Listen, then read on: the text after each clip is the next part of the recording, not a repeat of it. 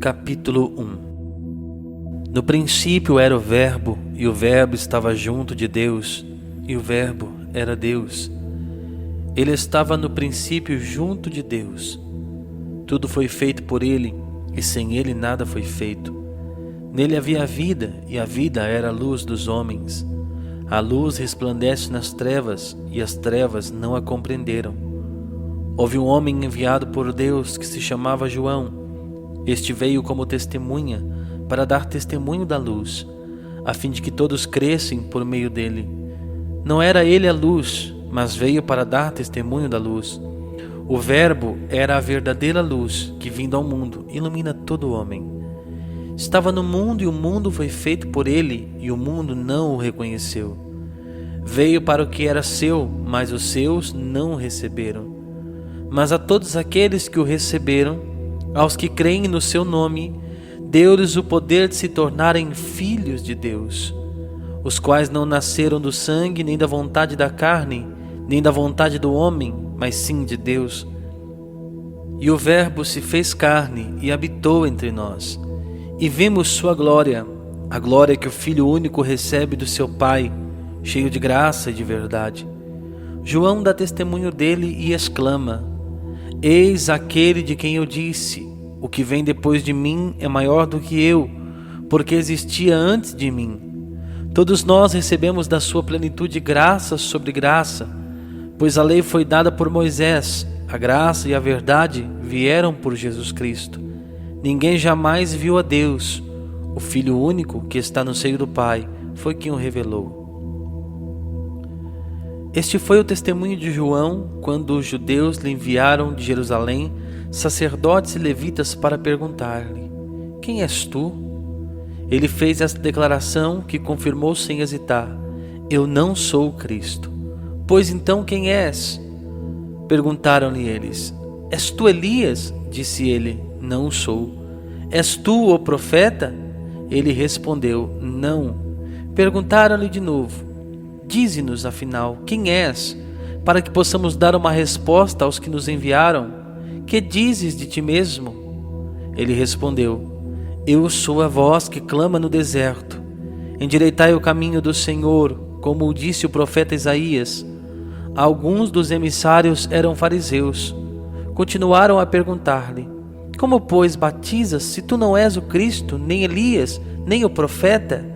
João respondeu: Eu batizo com água, mas no meio de vós está quem vós não conheceis.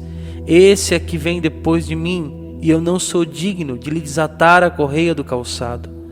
Esse diálogo se passou em Betânia, além do Jordão, onde João estava batizando. No dia seguinte, João viu Jesus que vinha a ele e disse: Eis o Cordeiro de Deus que tira o pecado do mundo. É este de quem eu disse: Depois de mim virá um homem, que me é superior porque existe antes de mim. Eu não o conhecia, mas se vim batizar em água, é para que ele se torne conhecido em Israel. João havia declarado: Vi o Espírito descer do céu em forma de uma pomba e repousar sobre ele. Eu não o conhecia, mas aquele que me mandou batizar com água disse-me: Sobre quem vires descer e repousar o Espírito, este é quem batiza no Espírito Santo. Eu o vi e dou testemunho de que ele é o Filho de Deus. No dia seguinte, estava lá João outra vez com 2 dos seus discípulos. E avistando Jesus que ia passando, disse: Eis o Cordeiro de Deus. Os 2 discípulos ouviram-no falar e seguiram Jesus. Voltando-se Jesus e vendo que o seguiam, perguntou-lhes: Que procurais? Disseram-lhe: Rabi, que quer dizer mestre, onde moras? Vinde e vede, respondeu-lhes ele. Foram aonde ele morava e ficaram com ele aquele dia.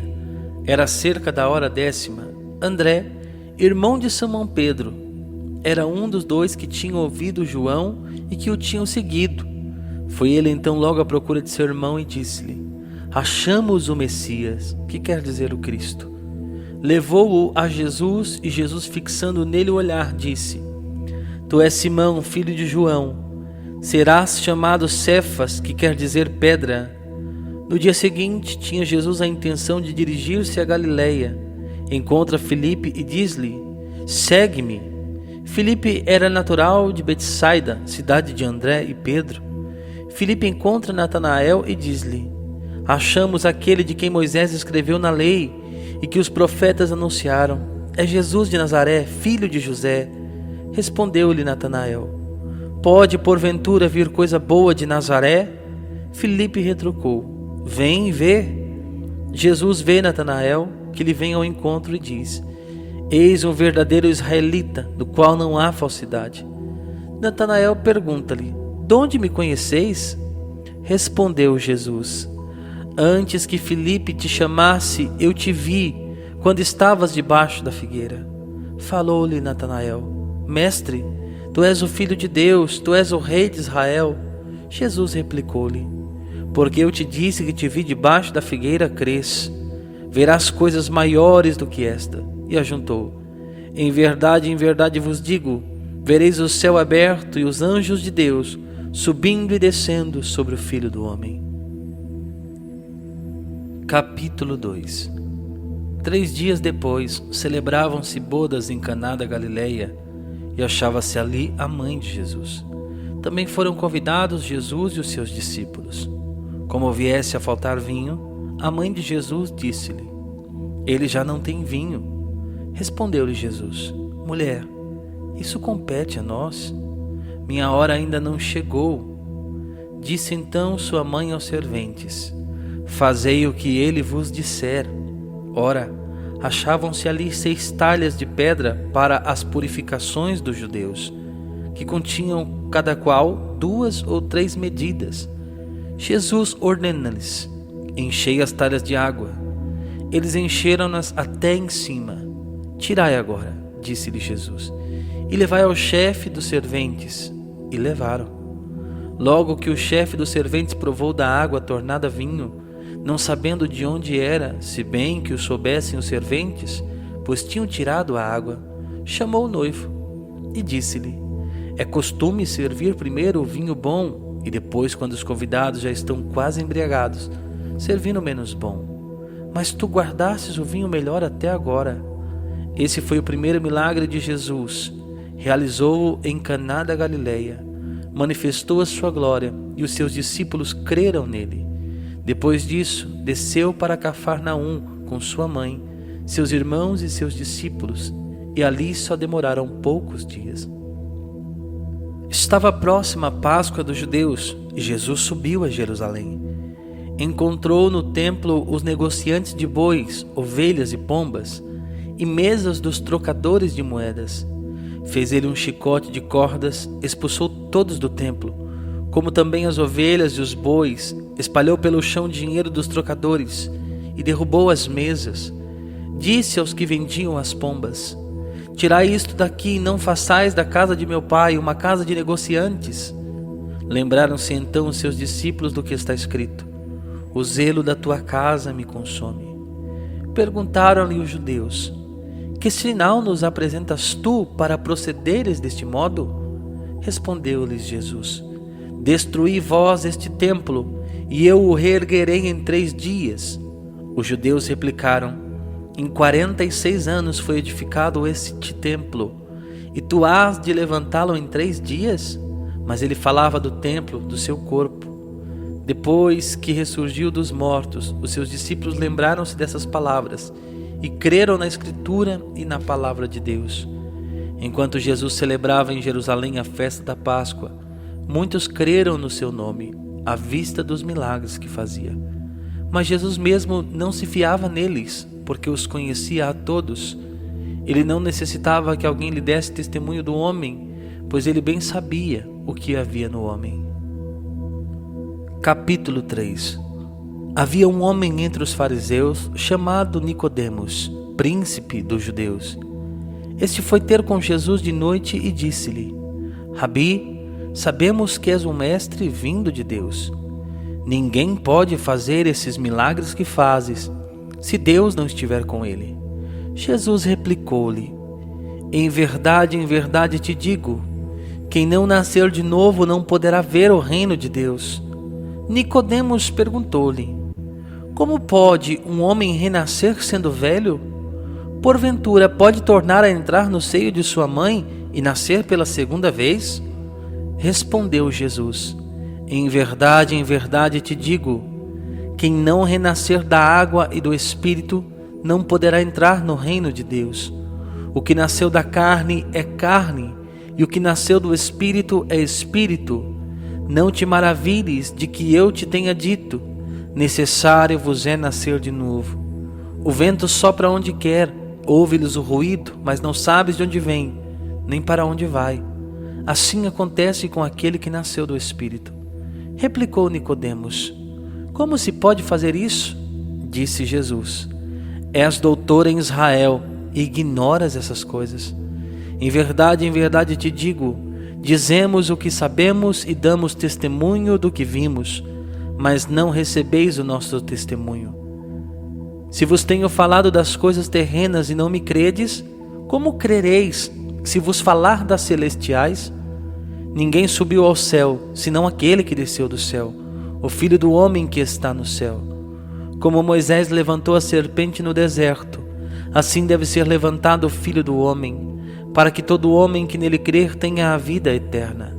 Com efeito, de tal modo Deus amou o mundo, que lhe deu seu Filho único, para que todo o que nele crer não pereça, mas tenha a vida eterna.